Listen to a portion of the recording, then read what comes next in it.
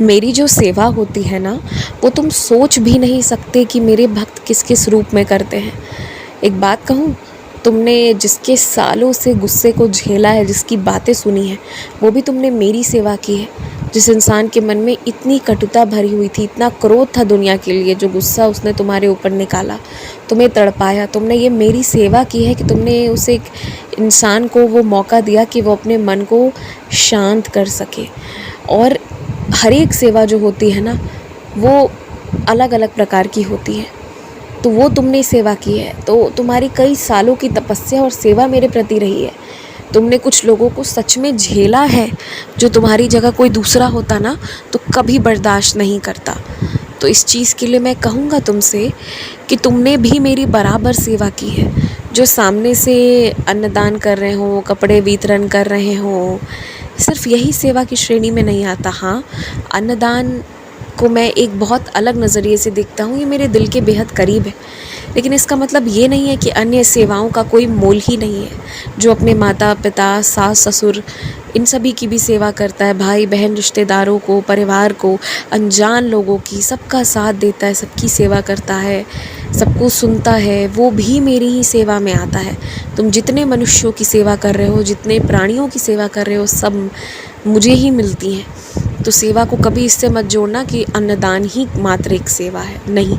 पर हाँ, वो एक सर्वश्रेष्ठ दान है, वो एक सर्वश्रेष्ठ दान की श्रेणी में आता है।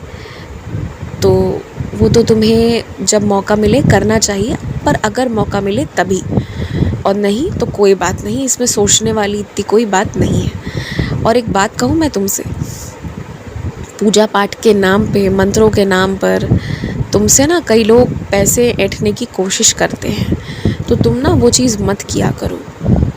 देखो, जो तकलीफ़ जीवन में तुम्हें झेलनी थी वो तुमने झेला, और जब तुम्हारी जो भी बहुत पुरानी पुरानी जो दिक्कतें हैं, जो बहुत पुरानी पुरानी चीज़ें हैं, उनसे एकदम से निपटना था तो निपट भी गए। तो जैसे जैसे मेरी कृपा होती जाएगी और समय सही होता जाएगा, सब सही चला जाएगा।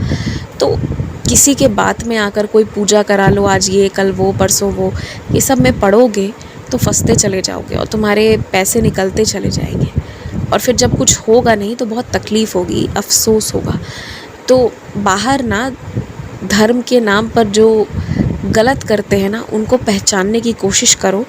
और तुम्हें करना कुछ नहीं है, तुम्हें बस उनमें ना ज़रा भी ध्यान ही नहीं देना है, अपने पैसे ही नहीं लगाने हैं। तुम केवल इतना करते जाओगे ना, तो इसी तरह से उनका मनोबल कम होते जाएगा। जो लोग गलत कर रहे हैं, वो भी धर्म के नाम पे, मेरे नाम पर, तो उनका मनोबल टूटता जाएगा और धीरे धीरे करके उन्हें ये सब व्यापार छोड़ना पड़ेगा। तो तुम्हें करना ज़्यादा कुछ नहीं है, ना ही लड़ने जाना है, ना ही कुछ और।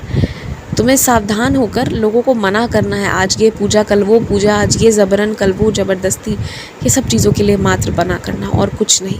और मैं चाहूँगा तुमसे कि जिसने तुम्हें जो अच्छा किया है ना, तुम आज उसकी तारीफ़ करो और उसके मुँह पर करो और उसे शुक्रिया कहो।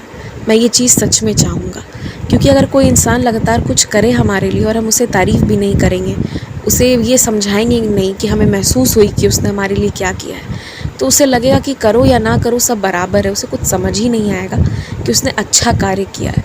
तो भविष्य में वो तुम्हारे सहायता करने के लिए तैयार भी नहीं होना चाहेगा। इसीलिए इस चीज़ का तुमने पूरा पूरा ध्यान देना है। खूब खुश रहो, मुस्कुराते रहो, आयुष्मान भव। आज के दिन की अच्छी सी शुरुआत करो।